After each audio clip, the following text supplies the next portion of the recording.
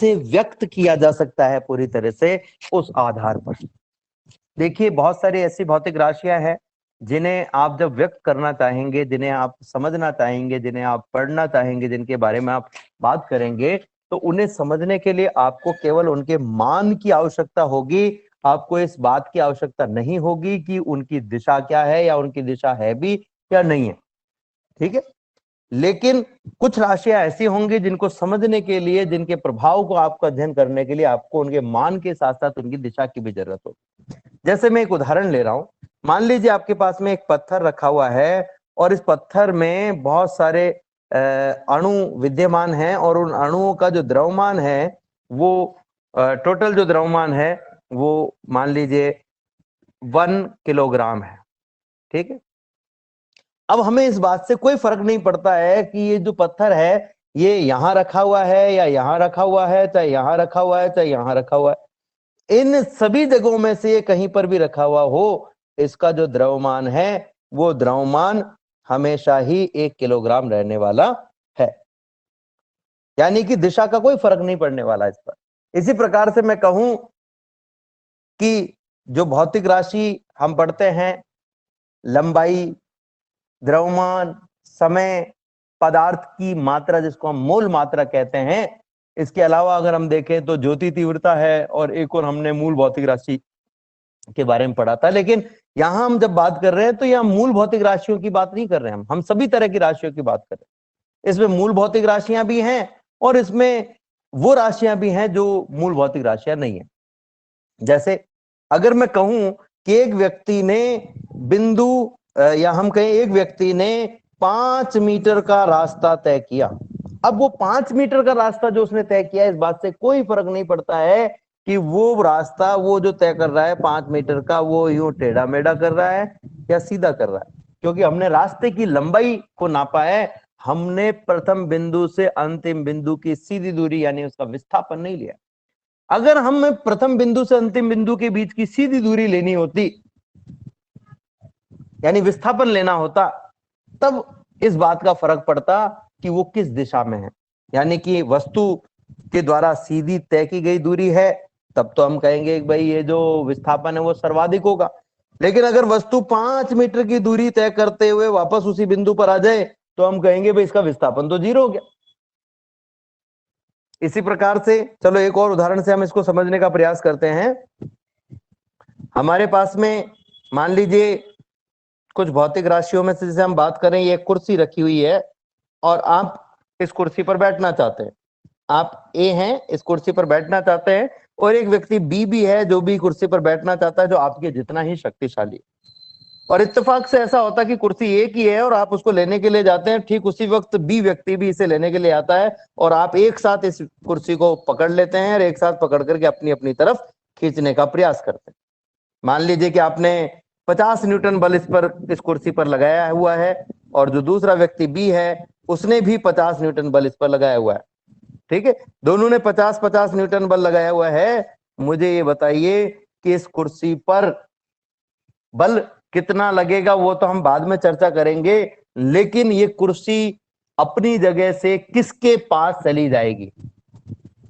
Sir ये विराम किसी के पास, अब किसी के पास नहीं जाएगी, जैसे आप कह रहे हो भाई किसी के पास नहीं जाएगी, एक ही जगह रहेगी, बीच में रहेगी, ठीक है। अब चलो एक दूसरा उदाहरण लेते हैं। यही कुर्सी रखी हुई है और ये कुर्सी बहुत भारी है और आपको किसी ने कहा है कि इस कुर्सी को सरकाना है। आप इस कुर्सी को सरकाने के लिए प्रयास करना शुरू करते हैं, आप ये हैं, और ठीक उसी वक्त आपका बहुत जिगरी दोस्त भी वहां पर आ जाता है और वो भी आपके साथ में प्रयास करना शुरू कर देता है। आपने 50 न्यूटन बल लगाया और उस बी व्यक्ति ने भी 50 न्यूटन बल लगाया। मान लीजिए अब भी आप बराबर बल लगा रहे हैं, क्या अब भी ये कुर्सी नहीं खिसकेगी? क्या अब भी ये स्थिर रहेगी? खिसकेगी, आगे चली जाएगी। तो हम कहेंगे कि भाई ये खिसकेगी। और पहले अगर इसको अकेला एक खिसका रहा होता तो उसके द्वारा 1 सेकेंड में इस कुर्सी को जितना ज्यादा दूरी तक खिसकाया जा सकता था, बी व्यक्ति के आने के कारण इस कुर्सी को अब डबल स्पीड से, डबल एक्सेलरेशन से, डबल त्वरण से, डबल एनर्जी से इसको धक्का दिया जा सकता है। यानी इसको सरकाना पहले की तुलना में ज्यादा आसान हो गया है। लेकिन बल तो पहले भी दोनों ने 50-50 न्यूटन लगाए और अब भी दोनों ने 50-50 न्यूटन लगाए, लेकिन इस बल का जो प्रभाव है वो आप देख रहे हैं कि वो अलग अलग है। क्यों? क्योंकि बल को लगाने के लिए जो बल की दिशाएं हैं वो दिशाएं अलग अलग है। तो बल एक ऐसी भौतिक राशि है जिसके प्रभाव को आपको जब व्यक्त करना पड़ रहा है तो आपको दिशा की जरूरत पड़ रही है, जबकि द्रव्यमान एक ऐसी भौतिक राशि थी जिसके प्रभाव को व्यक्त करने के लिए आपको किसी दिशा की आवश्यकता नहीं थी। तो कुछ राशियां ऐसी हैं जिन्हें पूर्णतः व्यक्त करने के लिए आपको परिमाण की आवश्यकता होती है, दिशा की आवश्यकता नहीं होती है, दिशा की आवश्यकता नहीं होती। और कुछ भौतिक राशियां ऐसी होती हैं जिनको पूरी तरह से व्यक्त करने के लिए आपको परिमाण और दिशा दोनों की आवश्यकता होती। वे राशियां जिन्हें पूरी तरह से व्यक्त करने के लिए, पूर्णतः व्यक्त करने के लिए परिमाण की आवश्यकता होती है, या हम कहें केवल परिमाण की आवश्यकता होती है, दिशा की आवश्यकता नहीं होती है, ऐसी भौतिक राशियों को हम कहते हैं अदिश राशियां।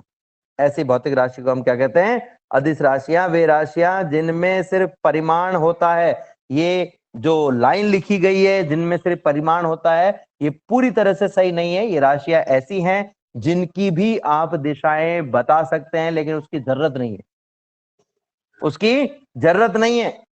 जैसे मैं कहूं कि मुझे बिंदु ए से बी की तरफ उत्तर दिशा में जाने में 20 मिनट लगते हैं, अगर आप ये उत्तर दिशा नहीं भी बोलते तो भी समय का मान 20 मिनट ही रहता। ए से बी तक जाने में जो समय लगेगा वो वेग पर निर्भर करेगा, वो समय वेग पर निर्भर करेगा, वो समय बल पर निर्भर करेगा, वो आपके त्वरण पर निर्भर करेगा, वहां तक जाने के लिए जो एनर्जी लग रही है उस पर निर्भर करेगा, लेकिन ये दिशा पर निर्भर नहीं करेगा। पर अगर आपने दिशा बता दी तो इससे कोई फर्क नहीं पड़ जाएगा। तो समय की दिशा नहीं है, यहां पर ये जो दिशा है वो समय की नहीं है, ये गति की दिशा है। मैं कहूं कि घड़ी जो दीवार पर टंगी हुई है उत्तर दिशा में, या सामने वाली दीवार पर पश्चिम दिशा में, या पीछे वाली दीवार पर पूर्व दिशा में, या दूसरी ओर की दीवार पर पूर्व दक्षिण दिशा में, उसमें अभी 5 बज रहे हैं, तो आपको कहेगा अरे यार क्या पागल बनाने वाली बातें कर रहा है, सीधा ही बोल देना घड़ी में 5 बज रहे हैं।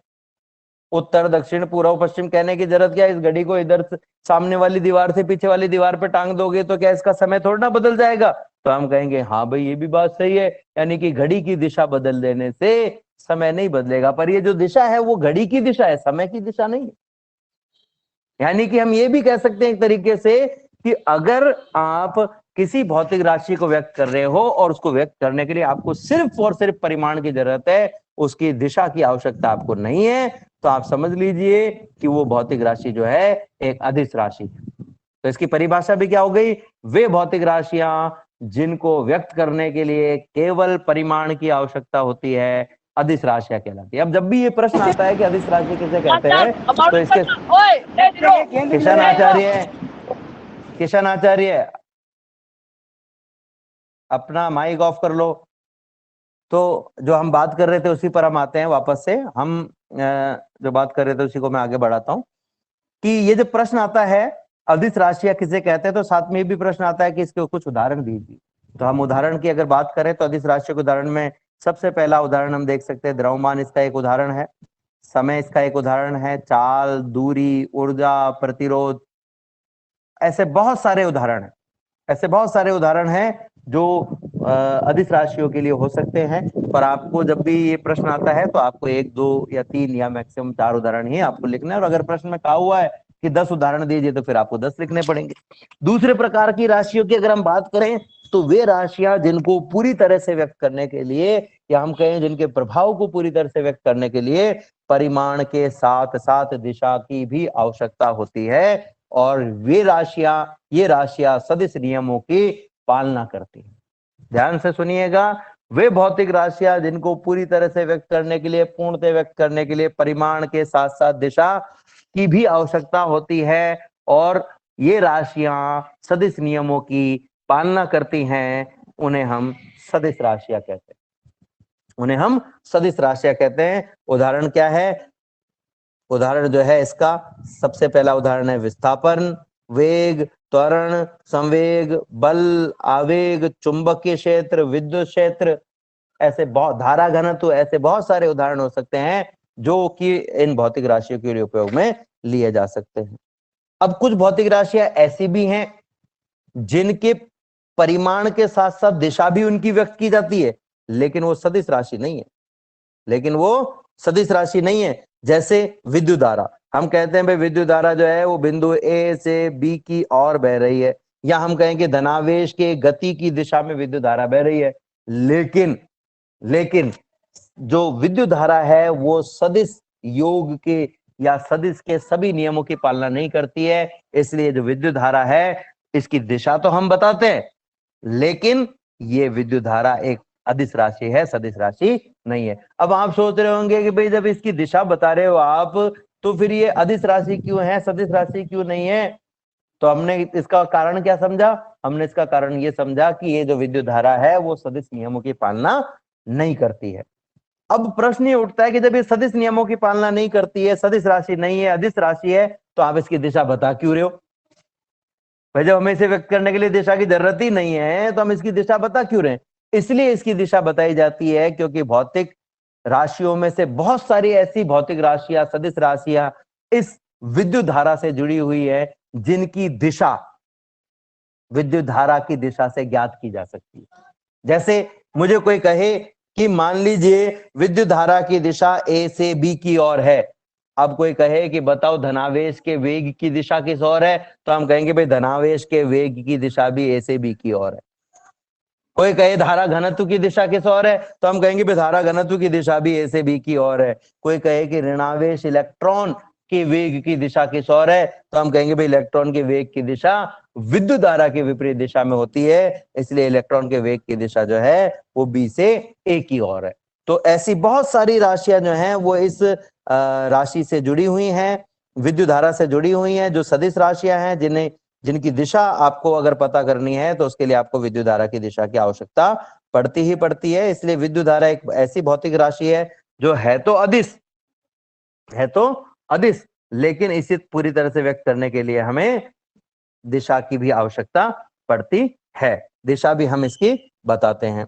तो ये जो भौतिक राशि है इसको हम विद्युत धारा कह रहे हैं। कुछ ऐसी राशियां भी हैं जो है तो अदिश राशियां, लेकिन इनके मान अलग अलग दिशाओं में अलग अलग होते हैं। ऐसी राशियों को कहा जाता है टेंसर क्वांटिटीज, यानी कि प्रदिश राशियां। ऐसी राशियों को क्या कहते हैं हम? प्रदिश राशि। ये आपके सिलेबस में नहीं है, इसलिए इसके बारे में हम ज्यादा डिटेल में नहीं पढ़ेंगे। अब हम शुरुआत करते हैं, सबसे पहली हमारा जो टॉपिक है उसके सदिश के प्रकार। ये सदिश जो है वो कितने प्रकार का होता है? तो पहली बात तो सदिश को व्यक्त कैसे करते हैं, इंगित कैसे करते हैं, वो हमें समझना है, और उसके बाद में हम प्रकार पे चलेंगे। अगर चित्रात्मक रूप से मैं बताना चाहूं तो सदिश को चित्रात्मक रूप से बताने के लिए एक सीधी लाइन पर तीर का चिन्ह लगा करके व्यक्त किया जाता है, और जो तीर के चिन्ह का मुंह वाला यानी शीर्ष वाला हिस्सा होता है वो इसकी दिशा को व्यक्त करता है, और जो पूंछ वाला हिस्सा होता है वहां से शीर्ष वाले हिस्से की और इस सदिश की दिशा होती है। नंबर एक बात, जब आप इसे चित्रात्मक रूप से एक सीधी लाइन पर तीर का चिन्ह लगा करके इंगित करते हैं तो इस तीर की जो लंबाई है, इस सीधी लाइन की जो लंबाई है वो इस सदिश के परिमाण को व्यक्त करती है। यानी इसकी लंबाई अगर कम है तो सदिश कम परिमाण का है, और अगर इसकी लंबाई ज्यादा है तो ये ज्यादा परिमाण का है। नंबर एक। दूसरी चीज कि दो समानांतर लाइनें जिन पर शीर्ष एक ही ओर हो की दिशाएं समान होती, चाहे इन दोनों के बीच की दूरी कितनी भी हो, चाहे समानांतर लाइनें एक दूसरे के बिल्कुल सब पास में बनाई हुई हो, चाहे एक दूसरे से बहुत दूर बनाई हुई, इनकी दिशाएं सेम होंगी। अगर ये समानांतर हैं तो इनकी दिशाएं सेम होंगी। ये सदिश के लिए ये तो रही बात। सदिश को जब हम इंगित करते हैं तो सदिश को इंगित करने के लिए हम चित्रात्मक रूप से इसको कैसे इंगित कर सकते हैं। अब दूसरा तरीका कि अगर हम इसको किसी डेरिवेशन में, किसी न्यूमेरिकल में, किसी जगह पर प्रतीक के रूप में अगर समझाना चाहें तो क्या ऐसा चिन्ह हम लगाएं कि उस राशि को हम देखते समझ जाएं कि ये जो राशि है वो सदिश राशि है। जैसे मान लीजिए आपने लिख दिया ए, तो ए को देख करके कैसे पहचाने कि ये सदिश राशि है? दो तरीके हैं इसको देख करके पहचानने के, वैसे तो तीन तरीके, लेकिन जो प्रचलित तरीके हैं वो दो ही तरीके हैं। पहला तरीका जो है वो है इसके ऊपर तीर का चिन्ह लगा देना। यदि किसी भौतिक राशि के ऊपर तीर का चिन्ह लगा हुआ है तो समझ लीजिए कि एक सदिश राशि को इंगित करेगा। और जो दूसरा तरीका है इसका वो ये है कि इस राशि को परिमाण और इसके इकाई सदिश को, जो भी इसका इकाई सदिश है, अब वो इकाई सदिश क्या है उस पर अपन चर्चा करेंगे आगे, के गुणन के रूप में लिख देना। सदिश राशि वो राशि भी सदिश राशि होती है जिसमें परिमाण और इकाई सदिश दोनों गुणा के रूप में एक दूसरे के साथ में लिखे हुए हों। तो ये इसको लिखने का तरीका है एक तरीका, और ये दूसरा तरीका है। दोनों ही तरीके हैं। पहले तरीके में हमें सिर्फ ये पता चलता है कि ये सदिश राशि है, और दूसरे तरीके से हमें ये पता चलता है कि सदिश राशि का मान इतना है और इसकी दिशा ये है। दिशा ए कैप है और जो मान है वो ए है। परिमाण को इंगित करने का एक और तरीका है। परिमाण को इंगित करने का एक और तरीका है, किसी भी सदिश राशि का जो परिमाण है अगर आपको लिखना है तो या तो बिना तीर के उस सदिश राशि को लिख दीजिए, या फिर तीर लगा करके और इस तरीके की दो लाइनों के बीच में उसे बंद कर दीजिए। ये इसके परिमाण यानी इसके मात्रात्मक मान को व्यक्त करता है। ठीक है, तो हमने यहाँ पर दो चीजें देखी है। एक सदिश का जो तीर बनाया जाता है उसकी जो लंबाई है वो उसके मात्रा मान को व्यक्त करती है। तीर के पूंछ से शीर्ष की ओर की दिशा सदिश की दिशा को व्यक्त करती है। दो समानांतर रेखाएं यदि दो सदिशों को व्यक्त कर रही हैं तो सदिश चाहे अलग अलग हों, चाहे उनके परिमाण अलग अलग हों, लेकिन उनकी दिशाएं सेम होंगी। ठीक है, अब अपन यहाँ पर समझेंगे कुछ विशिष्ट प्रकार के सदिशों के बारे में, या हम कहे सदिशों की विशिष्ट प्रकार की परिभाषाओं के बारे में। सबसे पहला जो सदिश है वो है समान सदिश। समान सदिश, अब ये समान सदिश क्या है? ऐसे दो सदिश जो परिमाण में भी बराबर हों और जिनकी दिशाएं भी सेम हो। जो परिमाण में भी बराबर हो और जिनकी दिशाएं भी सेम हो उनको समान सदिश हम कहते हैं। अब मान लीजिए कि एक सदिश ये ए है, ठीक है, तो दूसरे सदिश का परिमाण अगर मैं चित्रात्मक रूप से बनाऊं तो दूसरे सदिश के लिए भी मुझे इतनी ही लंबाई की रेखा बनानी पड़ेगी। दूसरे सदिश के लिए भी मुझे इतनी ही लंबाई की रेखा बनानी पड़ेगी। ठीक है, बराबर रेखा लंबाई की रेखा मैंने बना दी। ये ए है, ये बी है, और दोनों समानांतर है यानी एक ही दिशा को व्यक्त कर रहे हैं, तो ये दोनों समान सदिश हो गए। लेकिन इसके लिए एक शर्त है कि ये जो सदिश ए है और ये जो सदिश बी है ये केवल परिमाण में और दिशा में समान होते हैं। इसके लिए आप में को परिमाण का अंक ही नहीं देखना है, परिमाण का मात्रक भी देखना पड़ेगा। जैसे मान लीजिए कि ए का मान 5 मीटर प्रति सेकंड है, ये वेग को व्यक्त कर रहा है। ठीक है, 5 मीटर प्रति सेकंड, और इसकी जो दिशा है वो है उत्तर दिशा में सपोज। ठीक है, उत्तर दिशा में। और जो बी है उसका मान है 5 न्यूटन, ये भी उत्तर दिशा में। अब देखो दोनों की दिशाएं सेम है लेकिन दोनों के परिमाण सेम नहीं है। परिमाण की जब बात आती है तो उसमें मात्रक शामिल होता है। आप क्या करते हो, परिमाण में केवल अंक को ढूंढते हो, अंक नहीं, आपको मात्रात्मक मान भी लेना पड़ेगा। उसका जो यूनिट है, उसका जो मात्रक है वो भी आपको लेना पड़ेगा। तो आप देखेंगे कि ये तो वेग है और ये जो है ये बल है, तो ये दोनों बराबर हो सकता है क्या? कभी वेग बल के बराबर आ सकता है क्या? तो हम कहेंगे वेग बल के बराबर नहीं होता है। इसलिए ये दोनों मात्रात्मक रूप से एक जैसे दिख रहे हैं, दिशाएं भी एक जैसी दिख रही है, लेकिन दोनों की यूनिट अलग अलग है, यानी दो अलग अलग राशियां हैं, तो ये समान सदिश नहीं होंगे। ये समान सदिश कब होंगे? जब दो सदिश राशियां जो एक ही प्रकार के सदिश को व्यक्त करती हों, दोनों के परिमाण समान हो, मैं मात्रक, और दोनों की दिशाएं एक जैसी हो, तब हम इनको समान सदिश कहते हैं।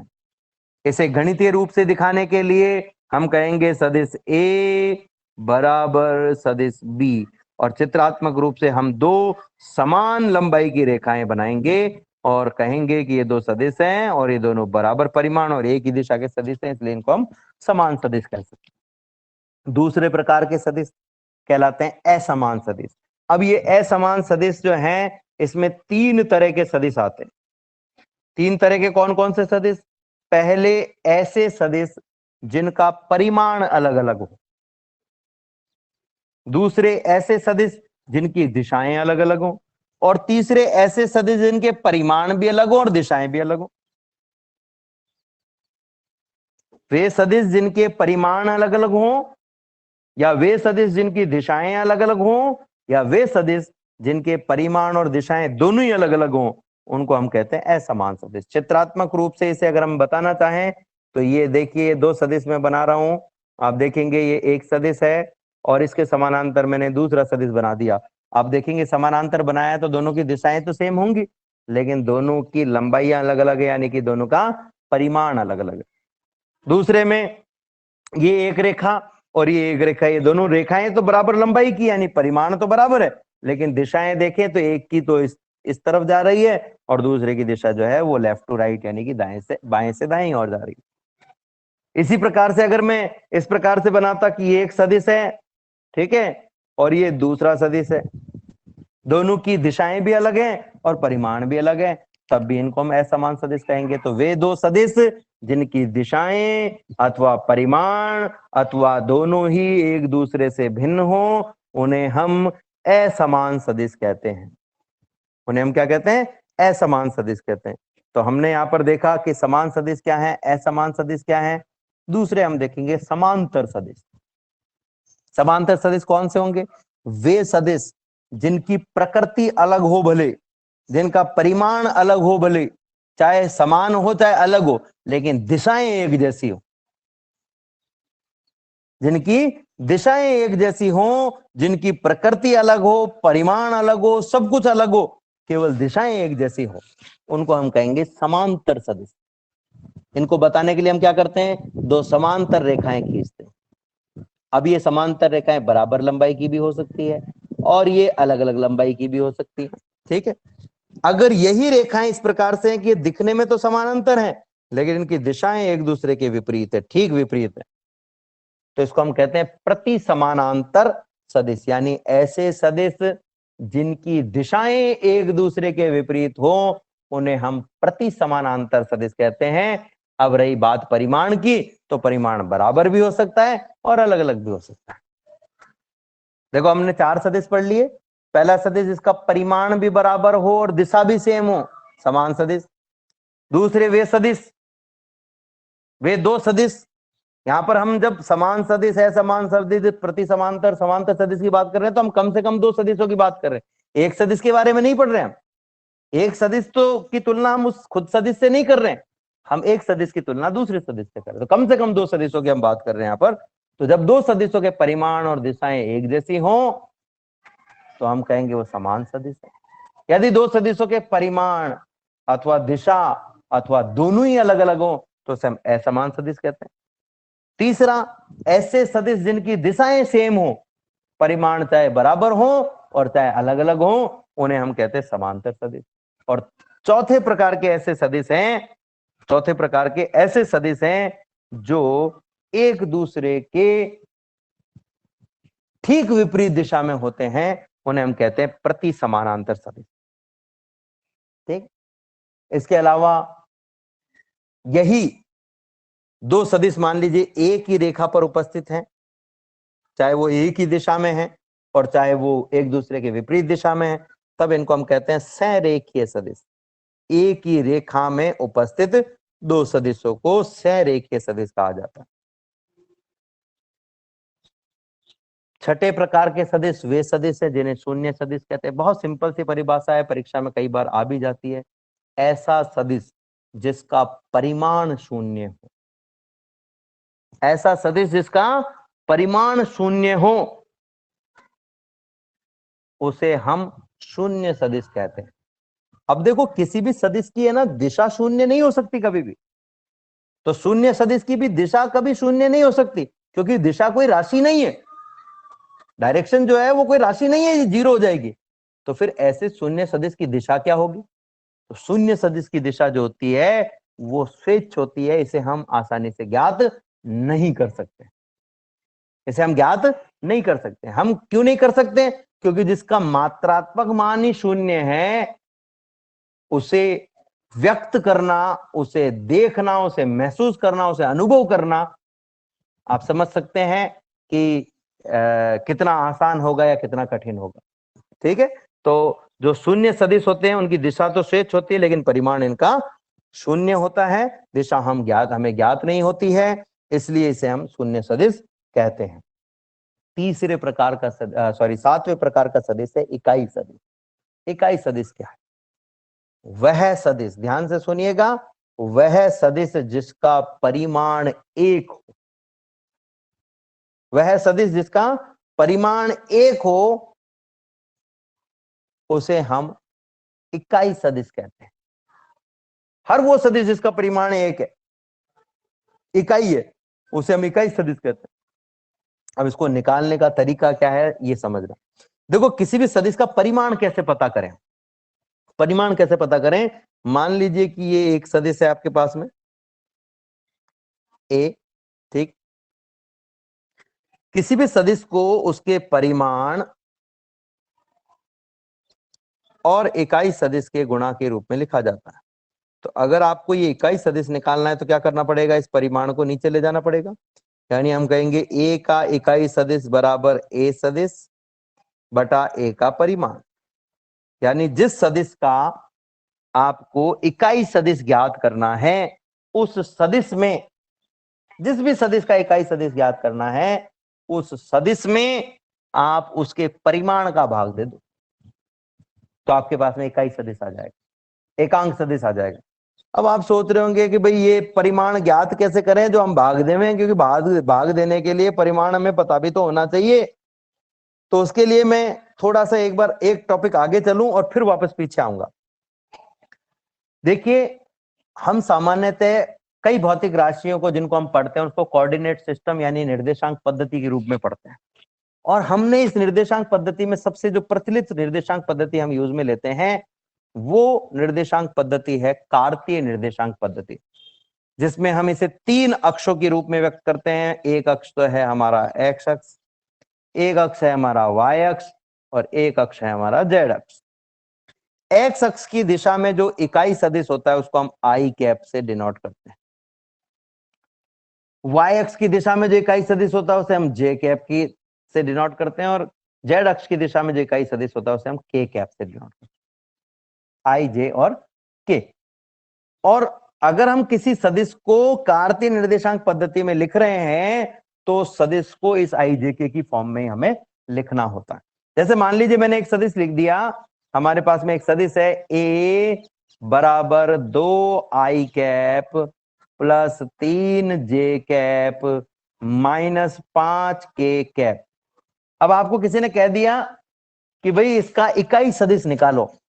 अब पहले तो इसका मतलब समझ लो क्या है। इसका मतलब है इस ए का अगर हम वियोजन करें तो इसके 3 घटक हमें प्राप्त होंगे एक्स वाई जेड दिशा में, जिसमें एक्स दिशा के घटक का मान 2 होगा, वाई दिशा के घटक का मान 3 होगा और जेड दिशा के घटक का मान -5 होगा। अब दूसरा कि इसका परिमाण कैसे निकाले। अगर आपको कोई कहे भाई इस ए का परिमाण निकालो, तो परिमाण निकालने का तरीका समझ लेना, अंडर रूट ऑफ एक्स दिशा के घटक का वर्ग। अब एक्स दिशा का घटक कैसे पहचानोगे? तो ये जो आई कैप से गुणा हो रहा है वही एक्स दिशा घटक है। आई कैप से क्या गुणा हो रहा है? आई कैप से 2 गुणा हो रहा है, तो 2 का वर्ग कर दीजिए आप। इसमें फिर जो जे दिशा यानी वाई दिशा का जो घटक है, जो जे से गुणा हो रहा है, उसका वर्ग कर दीजिए 3 का वर्ग प्लस इसी प्रकार से इसमें जो जेड दिशा का घटक है -5, इसका स्क्वायर कर दीजिए। अब देखो 2 के साथ में भी हमने चिन्ह लिया है, 3 के साथ में भी लिया है, पर इनके आगे प्लस चिन्ह था इसलिए वो आपको दिख नहीं रहा है। 5 के आगे माइनस चिन्ह था इसलिए हमको उसको लिखना पड़ा। अब इनका स्क्वायर करते हैं, देखो क्या आ गया हमारे पास में, 2 का स्क्वायर 4, ठीक है 4 हो गया, 3 का स्क्वायर 9 और 5 का स्क्वायर 25 का अंडरूट। 4 और 9 13 और 25 कितने हो गए? 38। तो हमारे पास में क्या हो जाएगा? Under root of 38। हमारे पास में आ जाएगा अंडरूट ऑफ 38। तो मैं इसको मिटा करके और अंडरूट ऑफ 38 लिख देता हूं। ये हमारे पास में इकाई सदिश का मान है, ठीक है, यह 38। अब किसी ने कहा ये सॉरी परिमाण का मान आ गया, इकाई सदिश का नहीं। आपको किसी ने कहा कि सदिश ए का इकाई सदिश निकालो, ठीक है, तो आप कैसे निकालेंगे? तो बहुत सरल तरीका है इकाई सदिश निकालने का। आप क्या करेंगे कि सदिश को परिमाण से डिवाइड कर दो, आपके पास इकाई सदिश आ जाएगा। सदिश को परिमाण से डिवाइड कर दो। जैसे मुझे जिस भी सदिश का इकाई सदिश निकालना है, एकांक सदिश और इकाई सदिश एक ही होता है, एकांक सदिश। तो आपको क्या करना पड़ेगा, इसका जो भी सदिश है उस सदिश को इसके परिमाण से, सदिश का परिमाण से डिवाइड कर दो। तो अभी अभी हमने देखा सदिश क्या था, 2i cap plus 3j cap minus 5 k cap, ये तो हो गया सदिश। और इसको परिमाण √38 से डिवाइड कर दिया, तो ये आ गया आपके पास में इसका इकाई सदिश। इस प्रकार से हम इकाई सदिश भी ज्ञात कर सकते हैं। ठीक है, तो अगर आपको इकाई सदिश ज्ञात करना है किसी भी सदिश का, तो उस सदिश में सदिश के परिमाण का भाग दे दीजिए। और परिमाण कैसे निकालना है आपको, x, y और z दिशा में जो घटक हैं उन घटकों का योग कर देना। अब कैसे पता चलेगा x, y, z दिशा में घटक कौन है, तो जो i कैप से गुणा हो रहा है वह x दिशा का घटक होगा, जो j कैप से गुणा हो रहा है वो y दिशा का घटक होगा, और जो k कैप से गुणा हो रहा है वो z दिशा का घटक होगा। ठीक है, तो हमने कुछ विशिष्ट प्रकार के सदिशों के बारे में पढ़ा है, अभी हम और भी विशिष्ट प्रकार के सदिशों के बारे में पढ़ेंगे। इनमें कुछ सदिश जो उन सदिशों की दिशाएं जिस आधार पर बताई जाती है, या वो सदिश जिन चीजों पर निर्भर करते हैं उसके आधार पर इन्हें नाम दिया गया ध्रुवीय सदिश। ऐसे सदिश जिसके प्रारंभिक और अंतिम बिंदु नियत रहे, कांस्टेंट रहे, अपनी जगह से हिले नहीं, कि भाई प्रारंभिक बिंदु यही रहेगा और अंतिम बिंदु यही रहेगा, उसे हम कहेंगे ध्रुवीय सदिश। और ऐसे सदिश आपको कहां मिलेंगे, ऐसे सदिश आपको मिलेंगे स्थानांतरी गति में। अब स्थानांतरी गति क्या है, ऐसी गति जिसमें वस्तु अपने एक स्थान से दूसरे स्थान पर जब स्थानांतरित होती है तो प्रारंभिक बिंदु और अंतिम बिंदु अलग अलग होते हैं, उसे हम कहते हैं स्थानांतरी गति। जैसे साइकिल के पहिए को अगर आप चलाओगे, है ना, खड़ी साइकिल के पहिए को, पीछे वाले पहिए को, तो वो अपनी जगह पर घूमेगा, अपनी जगह पर घूमेगा, आगे पीछे नहीं जाएगा। लेकिन उस पहिए को स्टैंड से हटा करके और जब आप साइकिल को चलाओगे तो साइकिल आगे पीछे भी गति कर सकती है। तो जब कोई वस्तु, व्यक्ति या कोई भी कण या कणों का निकाय एक से दूसरे बिंदु तक रेखीय गति करता है या कुछ रेखाओं में गति करता है तो उसे हम कहते हैं स्थानांतरित गति। और अगर यदि वो घूर्णीय या चक्रण गति करता है तो उसको अपन कहते हैं अक्षीय गति। ठीक है, खैर इसमें उदाहरण भी लिया गया, विस्थापन है, बल है, वेग है। कुछ ऐसे सदिश भी होते हैं जिनकी दिशा इनके घूर्णन अक्ष की दिशा में होती है। अब जैसे मान लीजिए कि कोई पिंड इस तरीके से घूर्णन कर रहा है, ठीक है, इस तरीके से घूर्णन कर रहा है, तो इनके घूर्णन की जो दिशा है उसका जो अक्ष है उस अक्ष के अनुदिश इन सदिशों की दिशा होगी। तो अक्षीय सदिश हम क्या कहेंगे, जो घूर्णन गति से संबंधित सदिश है। ठीक है ना। अब एक लास्ट उदाहरण के रूप में अपन इसको समझ लेते हैं, कैसे हम इसको समझेंगे। तो देखिए, जो घूर्णन सदिश है, जैसे मान लीजिए कि कोई पिंड जो है वो इस प्रकार से गति कर रहा है, इस प्रकार से घूर्णन कर रहा है, ठीक है। तो मैं इसको समझाने के लिए एक विशिष्ट तरीका काम में लूंगा। आपको ये दिखाई दे रहा होगा, ये मान लीजिए एक पेन है, ठीक है। अब मान लीजिए कि जो पेन है वो इस तरीके से गति कर रहा है, यूं घूर्णन कर रहा है, इस तरीके से, ठीक है, इस तरीके से घूर्णन कर रहा है, इस तरीके से घूर्णन कर रहा है। तो ये जो घूर्णन की दिशा है, यदि मैं इसको उंगलियों से दिखाऊं, यदि घूर्णन की दिशा को मैं उंगलियों से डिनोट करूं, तो ये जो ऊपर की ओर निकला हुआ अंगूठा है, ये इनके कोणीय वेग की दिशा को व्यक्त करेगा। ये किसको व्यक्त करेगा, कोणीय वेग की दिशा। तो कोणीय वेग की दिशा क्या हो गई, घूर्णन की दिशा का जो अक्ष है, जिस लाइन के चारों ओर ये घूर्णन कर रहे हैं, वही दिशा इसके घूर्णन की दिशा है। ऐसी बहुत सारी राशियां हैं जो घूर्णी गति से संबंधित हैं और सदिश राशियां हैं। उन राशियों को हम अक्षीय सदिश के रूप में जानते हैं, क्योंकि इनकी दिशाएं घूर्णन अक्ष की दिशा में